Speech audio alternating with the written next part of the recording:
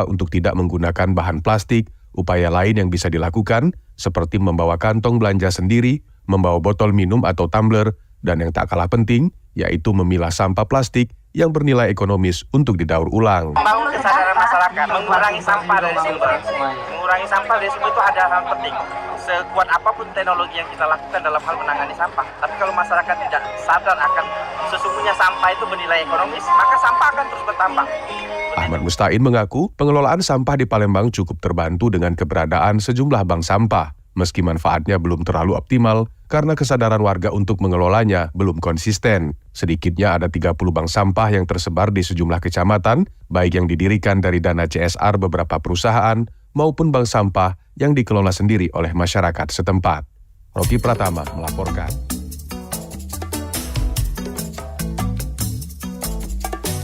92,4 FM Pro 1 RRI, kanal informasi dan inspirasi, tepat pukul 8 waktu Indonesia Barat. Pendengar, setiap tanggal 3 Juli ini dunia memperingati Hari Bebas Kantong Plastik Sedunia.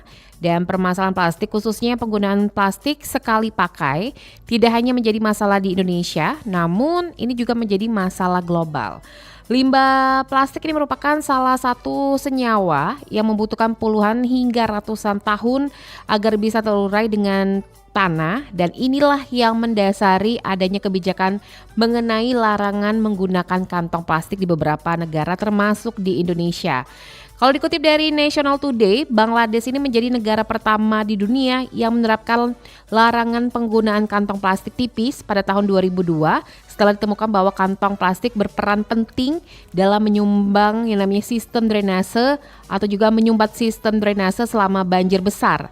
Negara-negara lain segera mengikuti langkah tersebut seperti Afrika Selatan, Rwanda, Cina, Australia, dan Italia.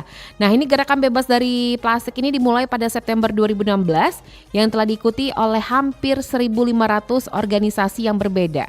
Dan pendengar, gerakan ini mencari solusi untuk krisis polusi plastik untuk membuat planet bumi ini lebih aman bagi manusia, lingkungan, dan satwa liar.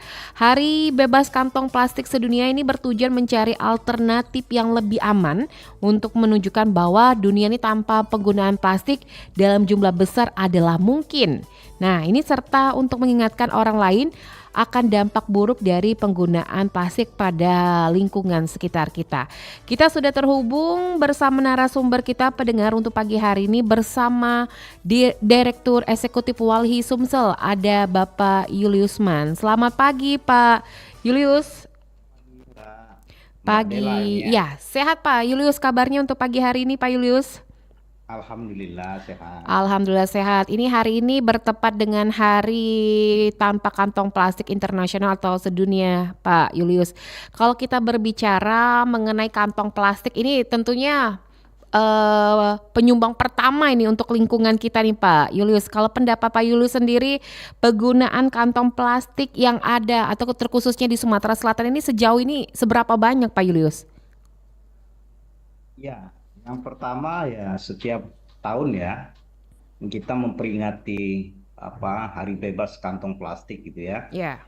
Nah, kenapa itu setiap tahun harus diingatkan dalam hari spesial gitu ya? Ya. Karena memang dunia gitu ya, bahkan Indonesia, ancaman yang menjadi sangat serius untuk keberlangsungan hidup ya.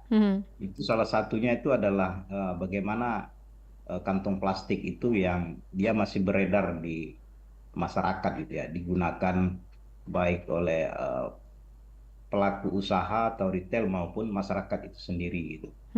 Nah, jadi memang plastik ini gitu ya betul-betul harus menjadi concern kita bersama untuk kita beralih kepada penggunaan kantong yang dia bahannya mudah atau gampang terurai gitu ya. Nah, alternatif demikian saya kira banyak gitu ya, tapi memang ini harus kita coba selalu ingatkan gitu ya, baik ke pemerintah, pelaku usaha maupun masyarakat untuk kita harus segera meninggalkan gitu penggunaan kantong plastik ini.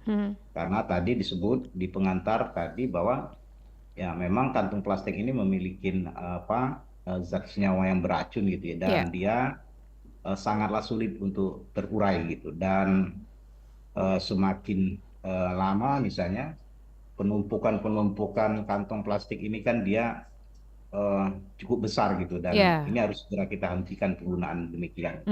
Kalau dari Walhi sendiri, apakah ada koordinasi dengan pihak-pihak terkait, baik dinas lingkungan ataupun juga pelaku usaha dan masyarakat, memberikan sosialisasi lah bahwa penggunaan sampah plastik ini juga berbahaya untuk lingkungan nih Pak Julius?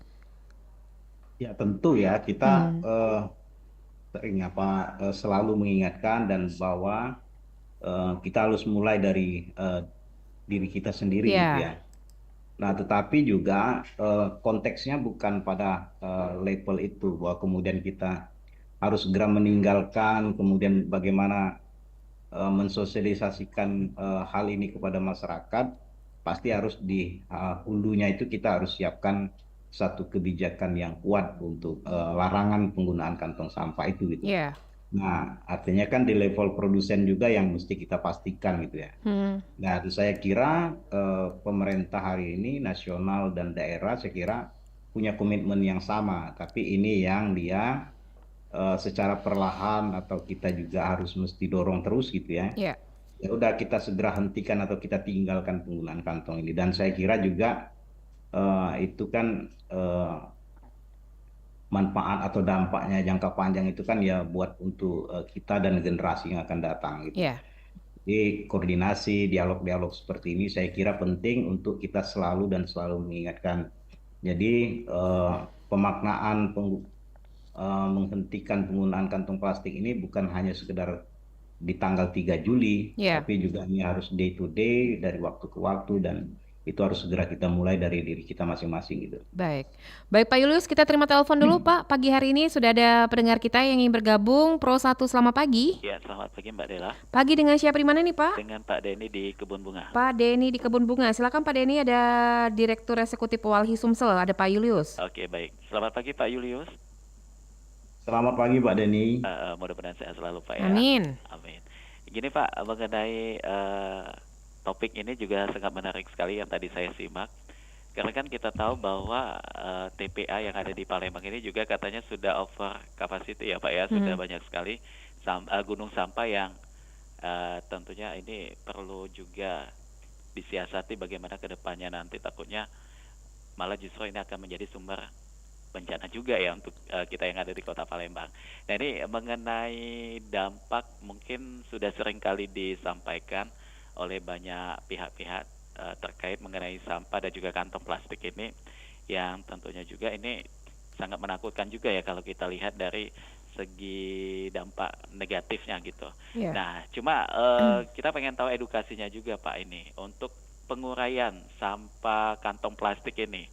Ya mungkin di rumah pasti ada ya yang tersisa sedikit banyaknya itu, supaya ini bisa dilakukan oleh masyarakat secara mandiri masing-masing di rumah, sehingga bisa ditangani secara cepat supaya ini tidak berkembang menjadi momok yang menakutkan gitu aja mungkin pertanyaannya. Terima kasih Mbak Dela. Terima kasih Pak Denny di Kebun Bunga. Silakan Pak Julius, bisa ditanggapi Pak Julius. Ya betul apa yang disampaikan oleh Pak Denny tadi ya, bahwa memang kalau kita melihat bagaimana Kota Palembang saja misalnya, tumpukan-tumpukan sampah yang baik di beberapa TPA misalnya dengan kapasitas yang overload, dan ternyata memang salah satu kesulitan dalam konteks pengelolaan sampah itu adalah kantong plastik atau dia yang berbahan kimia dan dia sulit diurai gitu.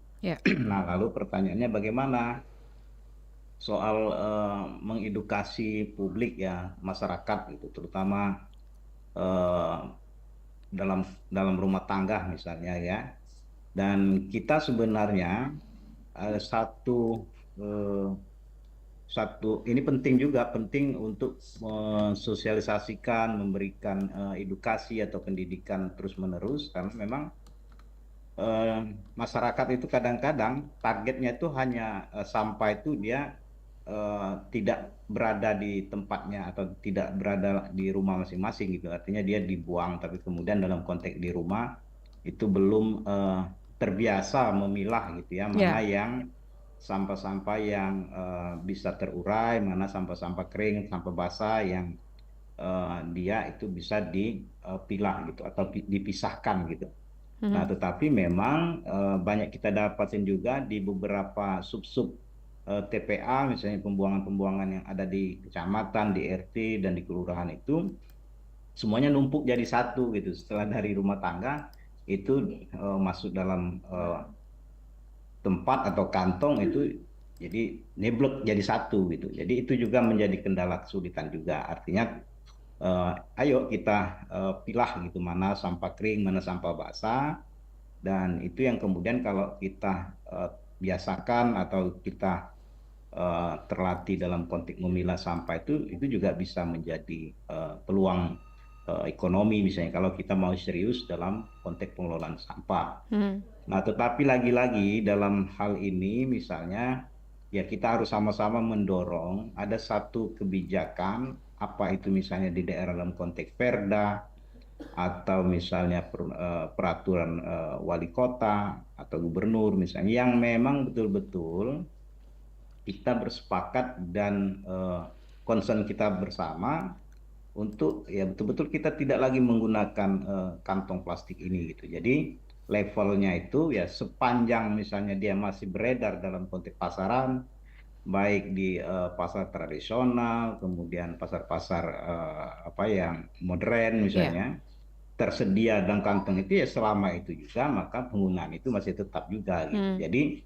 harus kita mulai dari hulunya. Jadi ayo kita bersepakat karena memang kantong plastik sampah ini ancaman kita bersama gitu. Saya kira itu yang mesti kita dorong dalam konteks bagaimana ada kebijakan pengaturan yang dia ketat dan kuat dalam mengurangi penggunaan ini gitu. Mhm. Baik. Kalau untuk edukasi penguraian sampah plastik sendiri seperti apa nih Pak Julius?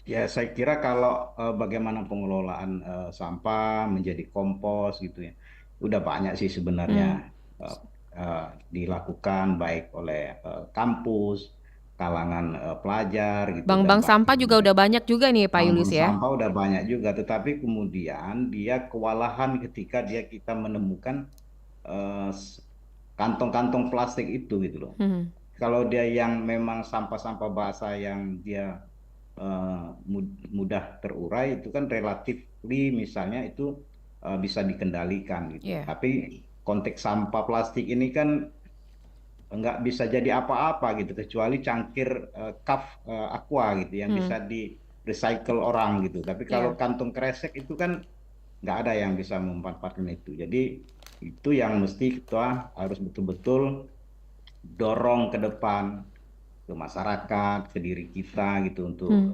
kita terbiasa membawa kantong sendiri gitu. Iya, baik. Jadi Pak, hmm? edukasi itu penting gitu. Baik. Pak Julius, kita terima telepon kembali. Ada pendengar Pro 1 untuk pagi hari ini yang bergabung. Pro 1 selamat pagi. Selamat pagi. Assalamualaikum Pagi. warahmatullahi wabarakatuh, Mbak Dela. Waalaikumsalam warahmatullahi wabarakatuh. Om Ana di Prabu Muli. Silakan Om Ana. Terima kasih, Mbak Dela. Assalamualaikum, selamat pagi Pak Julius. Selamat pagi, Bu. Salam sehat ya Pak ya. Pak, mengenai kantong plastik ini, sepertinya sangat susah lah itu ya untuk dihentikan gitu. Karena setiap pedagang itu kan selalu menggunakan kantong plastik gitu. Contohnya kita beli ikan kan harus diwadahi dengan kantong plastik, dibungkus dengan kantong plastik. Kita beli cabai dibungkus dengan kantong plastik. Sepertinya kan sangat sulit ya Pak ya untuk menghentikannya menggunakan kantong plastik ini gitu. Yeah. Nah, bagaimana kalau kayak gini Pak? Diberikan ide kepada perusahaan yang mengeluarkan atau pabrik yang memproduksi kantong plastik ini, kira-kira seperti bentuk apa yang harus diproduksi mereka gitu ya, yang gampang untuk terurai gitu Pak gitu. Baik. Saya rasa itu aja Pak.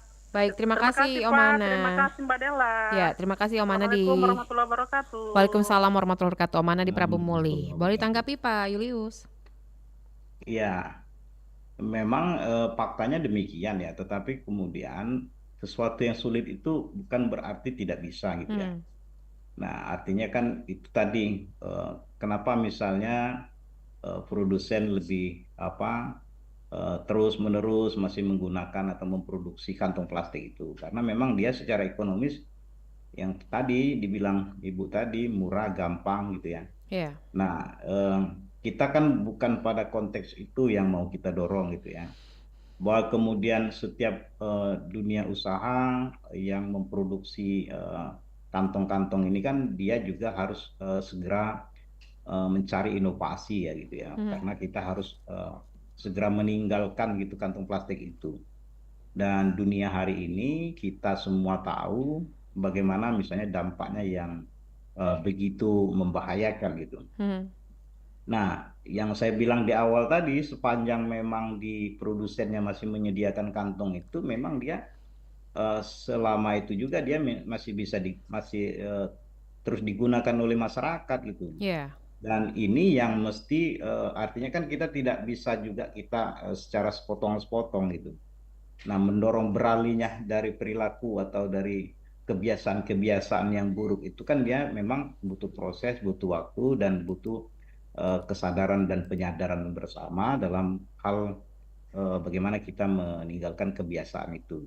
Nah, makanya tekanan kami kalau Walhi mendorong ya ini harus apa di di apa dirumuskan dalam sebuah kebijakan yang betul-betul dia menekan dan membatasi bahkan dia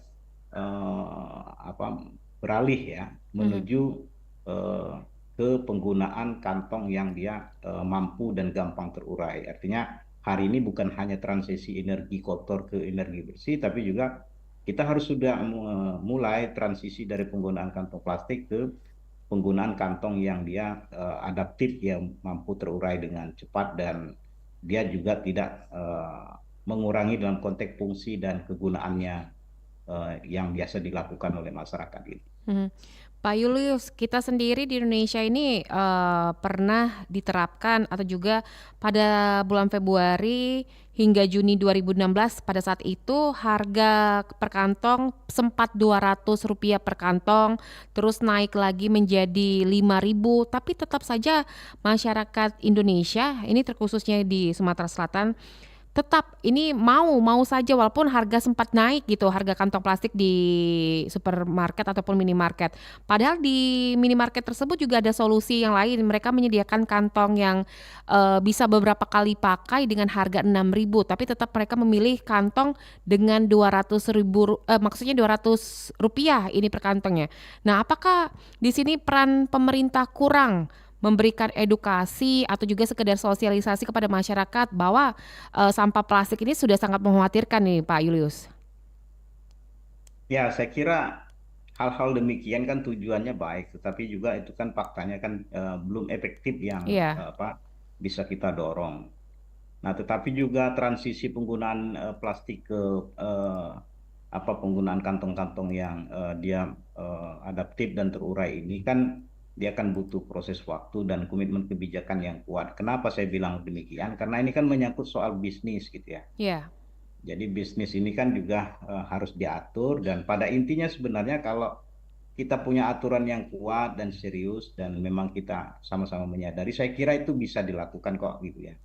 Nah, tetapi juga dia konteks edukasinya itu misalnya ya kita nggak usah jauh-jauh lah masyarakat Palembang lah gitu. Jangankan kantong harga Rp1.000 misalnya, orang Iya. hampir setiap hari juga mampu kok beli mobil di Palembang nih. Iya. Jadi solusinya bukan soal harga gitu ya. Mm-mm.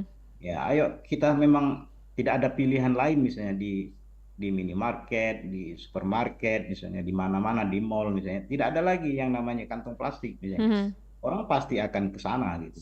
Iya. Dan itu yang sebenarnya eh, menuju beralih dalam tidak lagi menggunakan kantong plastik itu kan butuh proses dan memang ini yang mesti betul-betul tidak bukanlah hal yang sesederhana misalnya bagaimana kita mendorong ini di perbincangan-perbincangan seperti ini, tapi Mhm. juga bagi pengambil kebijakan, misalnya DPR, kemudian eksekutif pemerintah misalnya. Tetapi dalam konteks di tingkat lokal misalnya, ya kita punya kearifan-kearifan tersendiri. Terkadang memang kearifan itu dia terkontaminasi dengan realita yang hari ini ada gitu. Iya. Misalnya di pasar-pasar tradisional misalnya, mana ada orang bawa yang kantong-kantong yang benang itu gitu ya. Iya. Semuanya kantong plastik yang bal-balan itu yang dianggap kata emak-emak itu ya paling gampang gitu. Lebih praktis ya Pak Yulius ya. Lebih praktis dan bahkan dia tidak berbayar gitu. Iya. Nah, jadi di sana letaknya. Jadi kalau kita mau ngelihat bagaimana kita harus segera beralih ke atau tidak lagi menggunakan kantong plastik itu gitu. Baik. Upaya apa sih Pak sebenarnya ini agar bukan hanya masyarakat saja, pelaku bisnis dan pemerintah ini sama-sama untuk bergerak minimal mengurangilah sampah plastik atau penggunaan plastik. Kalau mengingat 100% ini belum secara bisa, maksudnya 100% ini belum bisa secara 100% untuk mengurangin. Ya, ya.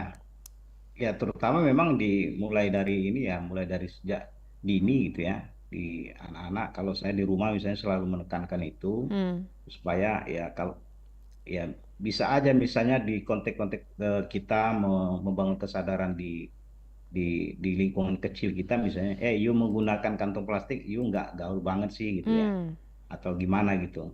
Nggak apa-apa juga kita just misalnya ketemu orang, you masih menggunakan hari gini masih menggunakan kantong plastik gitu.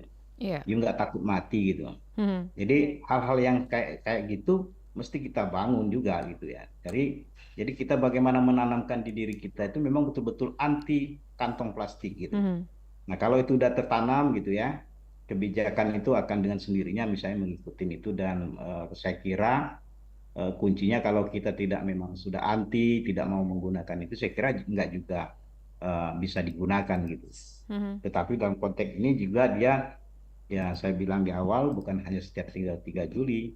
Jadi memang dalam keseharian kita juga, ya ayo kita sama-sama harus mengkampanyekan. Kalaupun kita menemukan, you masih menggunakan kantong plastik, nggak gaul amat sih lo. Kira-kira begitu, itu menjadi poin-poin kecil yang bisa kita dorong gitu.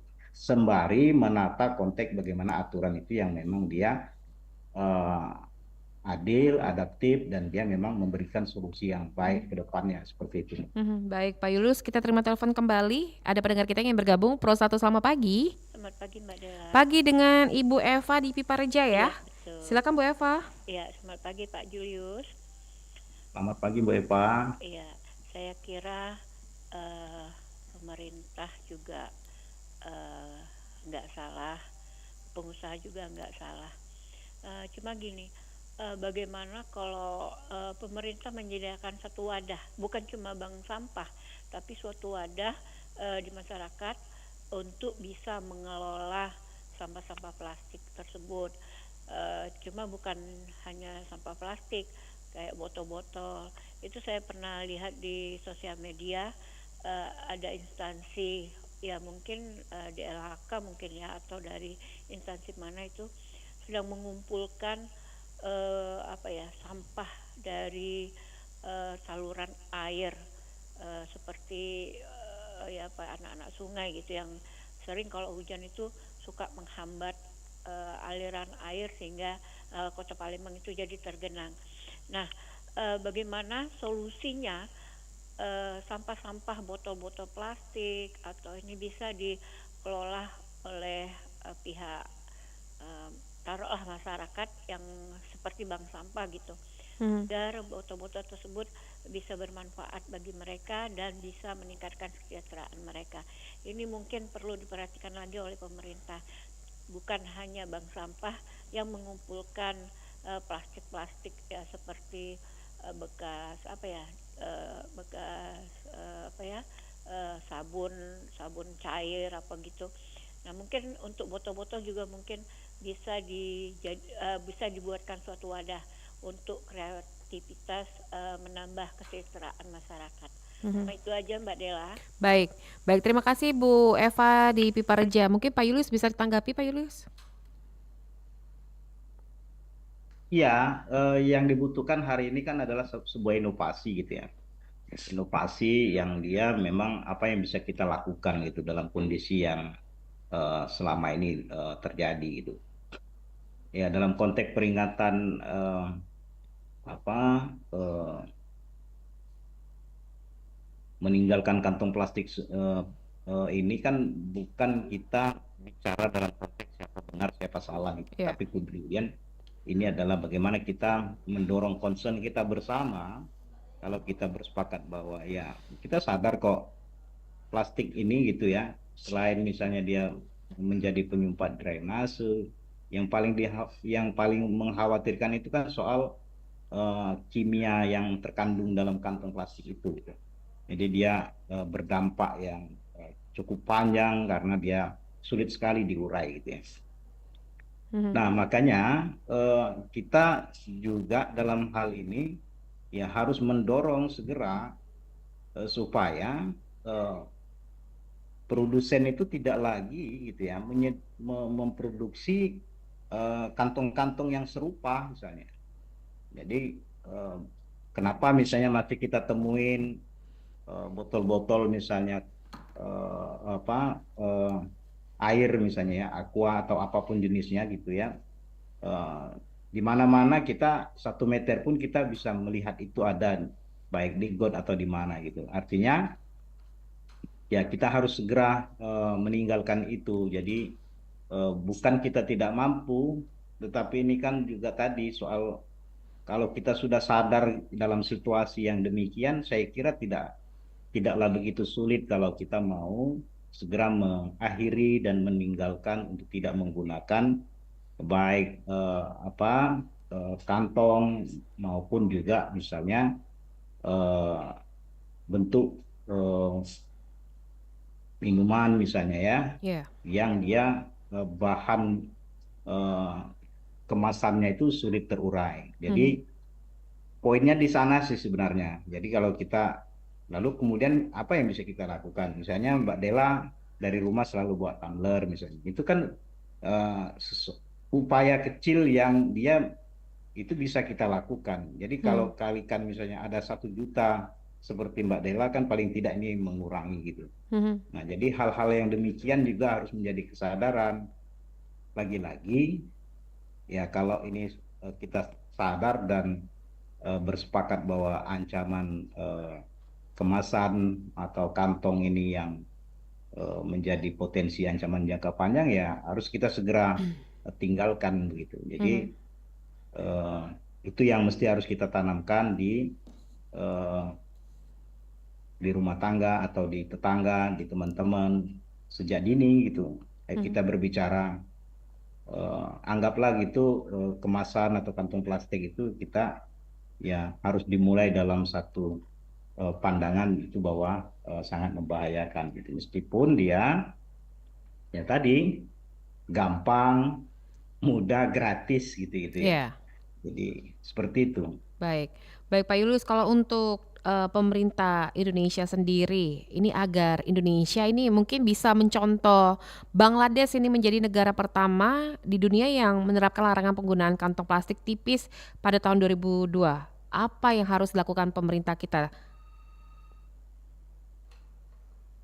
Ya, ini satu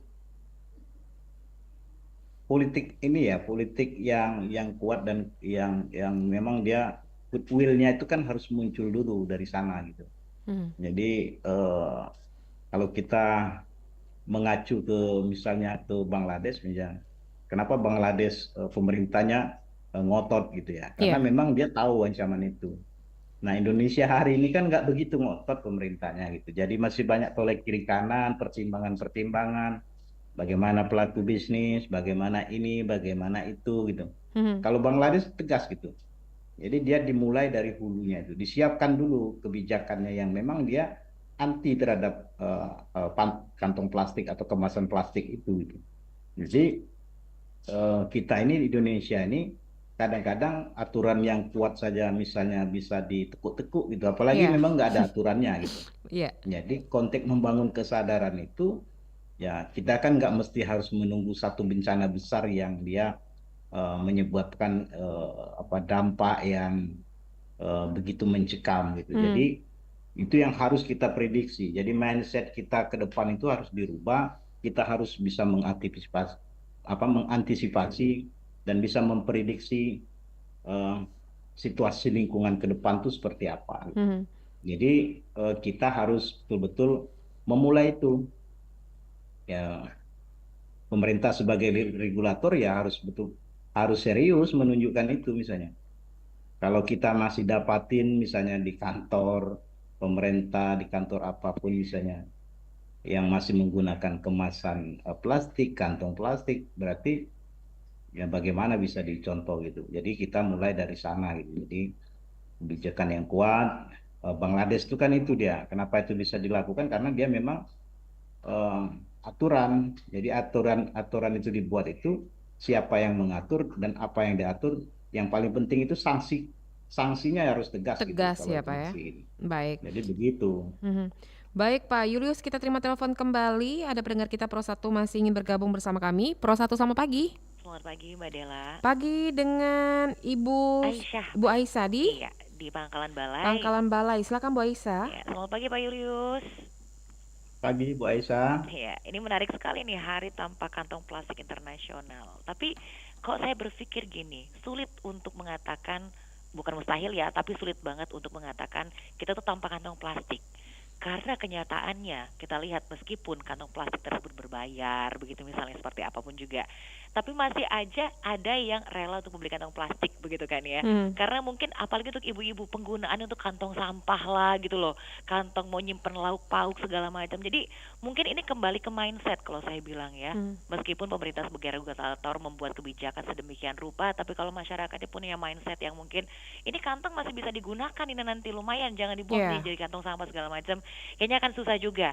Jadi saya rasa mindset ke masyarakatnya atau mungkin bentuk sosialisasinya atau seperti apa nih ke masyarakat itu yang lebih diprioritaskan juga. Ya, karena penting sekali mindset itu nggak akan diubah sepertinya. Itu opini saya saja nih. Terima kasih Mbak Dela. Baik, terima kasih Bu Aisyah di Pangkalan Balai. Ini memang jadi masalah utama mengubah pola pikir nih Pak Julius. Ya, saya kira kan soal pola pikir ini atau kebiasaan ya. Kebiasaan itu kan memang dia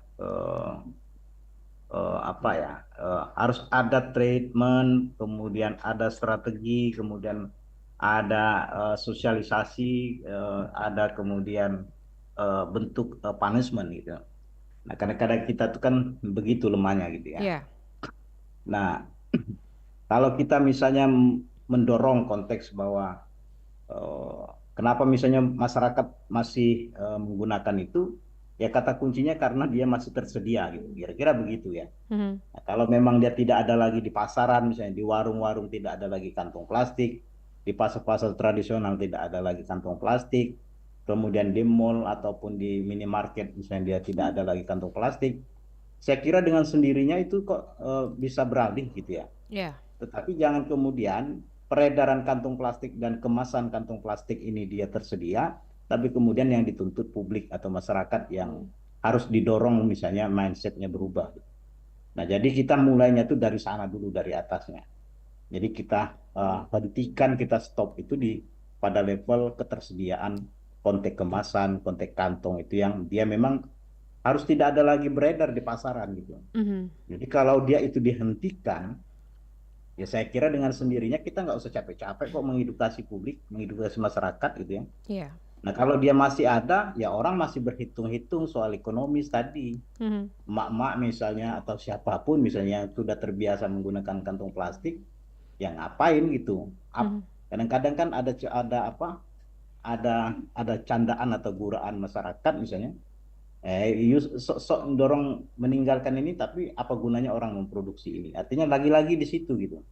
Jadi kita mulai hari ini mendorong, kita hentikan, kita stop, dan kita tidak mau lagi melihat kantong plastik itu gitu. Kita tidak mau lagi mendapati kemasan-kemasan yang dia sulit untuk terurai gitu. Jadi kita harus perilaku atau kebiasaan soal bagaimana membangun mindset itu, saya kira dia harus dimulai dari konteks bagaimana negara hari ini betul-betul mendesain, memikirkan yang kebijakannya itu dia adaptif dan antisipatif gitu. Jadi kantong plastik ini saya kira kok persoalannya di situ, Mbak.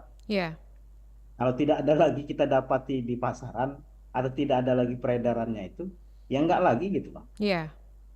kan begitu. Jadi sembari ke sana gitu, makanya butuh regulasi, makanya butuh aturan gitu.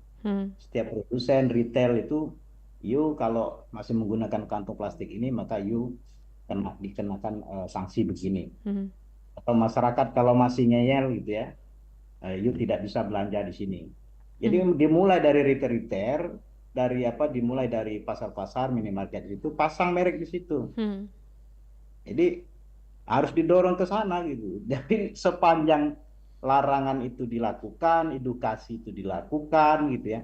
Tapi kemudian pada faktanya masih aja beredar dan itu tetap digunakan, ya nggak bisa juga gitu. Jadi sama aja kita apa ya, membuang garam dalam kolam atau seperti apa gitu.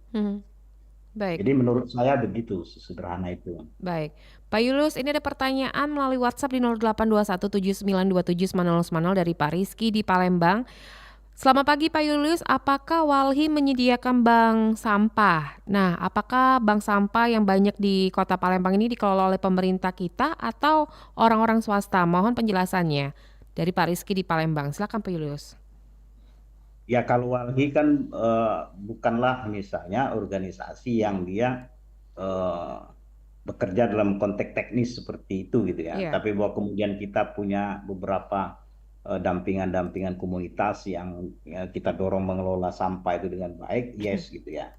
Nah kemudian kalau kita bicara soal bagaimana ketersediaan bank sampah, dan itu kan memang dia saya kira pemerintah kan memiliki tupoksi yang demikian dan memang ditugaskan untuk itu gitu ya. Tetapi poinnya adalah bagaimana sehebat apapun bank sampah gitu ya, sehebat apapun TPA, kalau misalnya masih kita dapatin konteks hambatan yang memang dia secara fakta sampahnya itu dia sulit diurai, maka sepanjang itu juga persoalan itu ada gitu.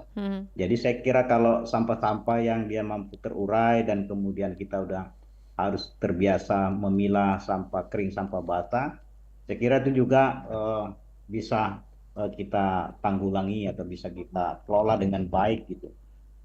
Tetapi juga bukan dalam artian kita tidak membutuhkan itu. Jadi bank-bank sampah itu yang saya pikirkan ke depan itu memang kalau kita udah bisa mengurai sampah itu dengan baik, bagaimana bank-bank sampah itu menjadi bukan hanya dalam konteks penempatan sampah, tetapi dia juga bisa didorong kepada konteks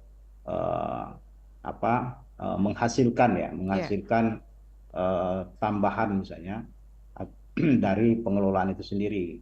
Dia bisa berbentuk dia bisa dijadikan kompos, bisa dijadikan yang lain-lain yang dia memang sampah-sampah yang bisa di-recycle, misalnya kita bisa daur ulang gitu dan sebagainya. Jadi memang dalam konteks momentum 3 Juli ini ya kita dorong itu ya, kita hentikanlah penggunaan kantung plastik yang dia memang ya momok gitu atau nggak ada gunanya, bahkan dia berdampak panjang yang itu mengancam kehidupan bukan hanya manusia tetapi juga ekosistem yang dia tercemari akibat dari kantong plastik itu sendiri gitu. Baik, ada pertanyaan selanjutnya di 0821792790 dari Pak Rudi baik, tidak ada tempatnya. Selamat pagi Pak Julius, mau nanya TPA Sukawinatan apakah masih aktif atau sudah ditutup? Mengingat kalau kita lewat daerah Nurdin Panji tersebut itu sudah ditutupi rerumputan. Boleh ditanggapi Pak Julius? Yang lebih tepatnya Pak Rudi harus bertanya ke DLHK ya, gitu ya, karena pengelolaan itu di Dinas Kebersihan Lingkungan Hidup ya, atau Dinas Tata Kota gitu ya. Tapi kemudian bahwa konteksnya kan bukan soal aktif atau tidak aktif. Jadi TPA itu yang dia memang harus terkelola dengan baik. Nah, terkelola dengan baik itu kan tentu dia memang punya infrastruktur dalam artian bukan yang kemudian dia juga dibangun tetapi juga dia menimbulkan dampak. Infrastruktur di sana ada orangnya, ada misalnya yang dia memang disupport dalam konteks pengelolaan, dipastikan bahwa limbah sampah rumah tangga itu sampai ke TPA itu dia memang bukan lagi template jadi satu gitu. Iya.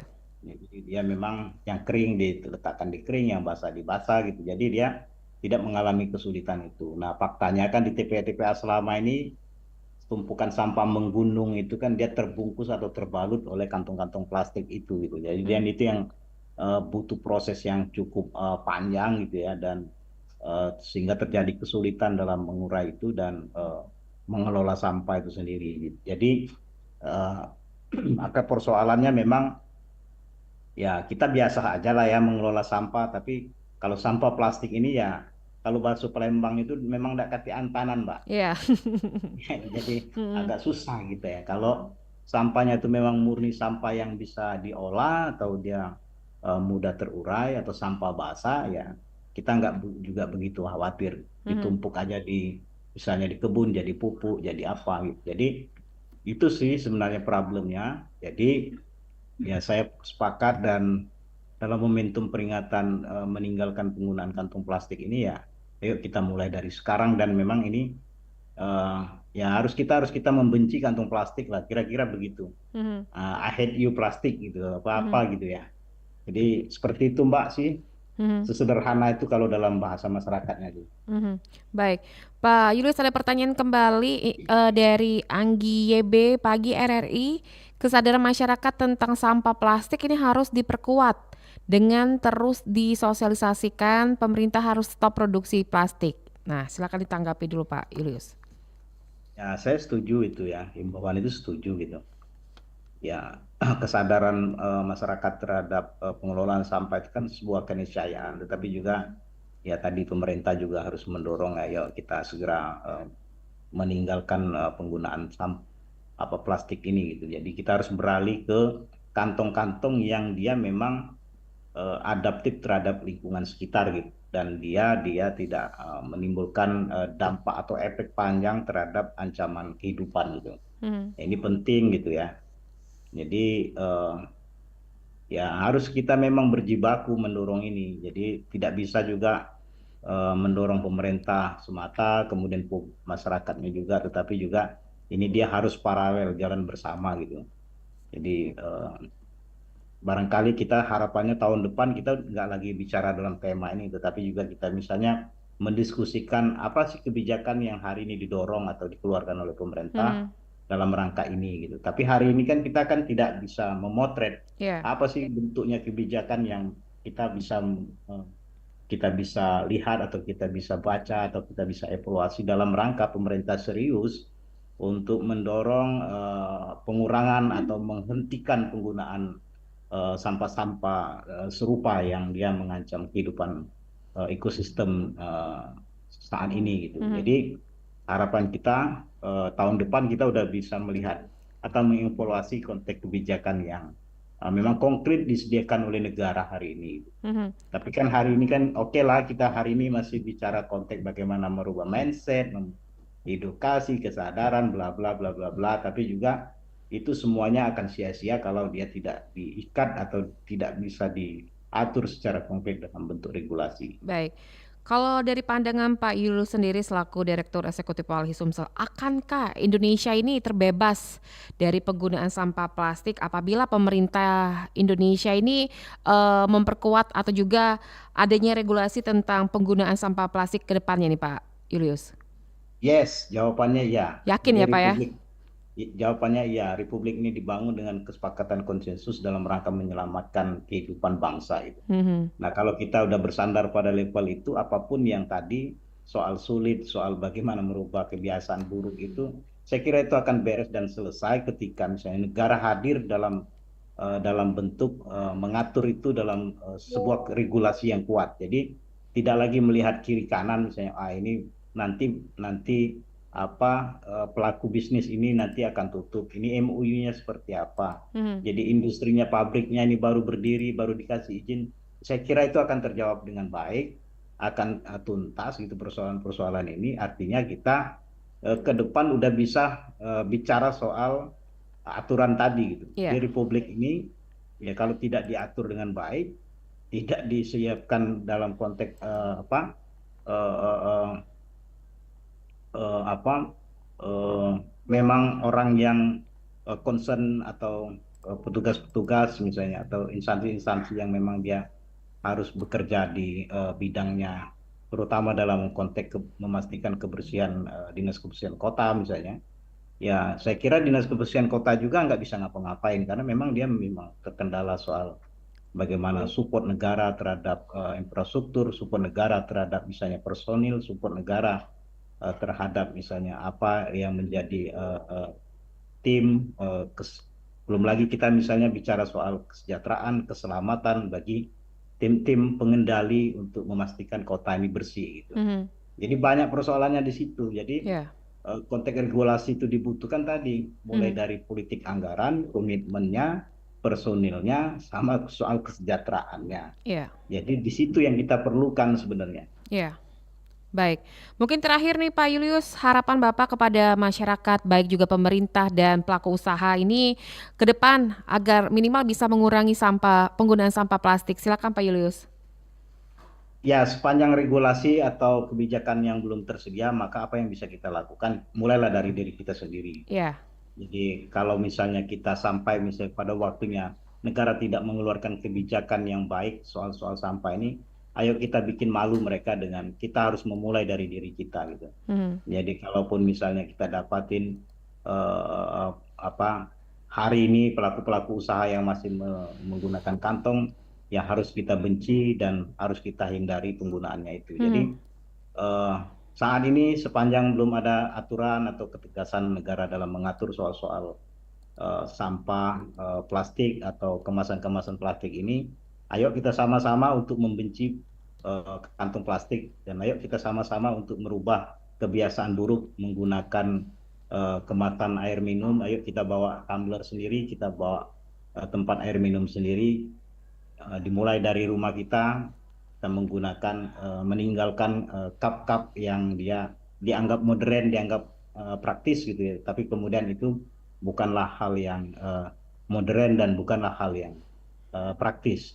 Hal yang modern itu ketika bumi ini bisa kita pastikan dia selamat untuk generasi seterusnya dan generasi yang akan datang. Bukan kemudian kemodernan, kepraktisan itu kemudian dia mensegerakan umur atau usia planet bumi ini runtuh gitu. Saya kira di sana letaknya kita harus bicara penyelamatan bumi ini bukan hanya kita memikirkan untuk bagaimana kita hidup hari ini dalam konteks generasi kita, tapi kita harus memikirkan generasi yang akan datang. Itulah yang disebut dengan konteks keadilan generasi itu. Jadi demikian Mbak Dela dan RRI teruslah menyuarakan soal ini. Baik, terima kasih banyak Pak Julius atas waktunya bersama Pro 1 untuk pagi hari ini. Semoga di lain waktu kesempatan kita bisa berbincang langsung di studio Pro 1 RRI Palembang Pak Julius ya.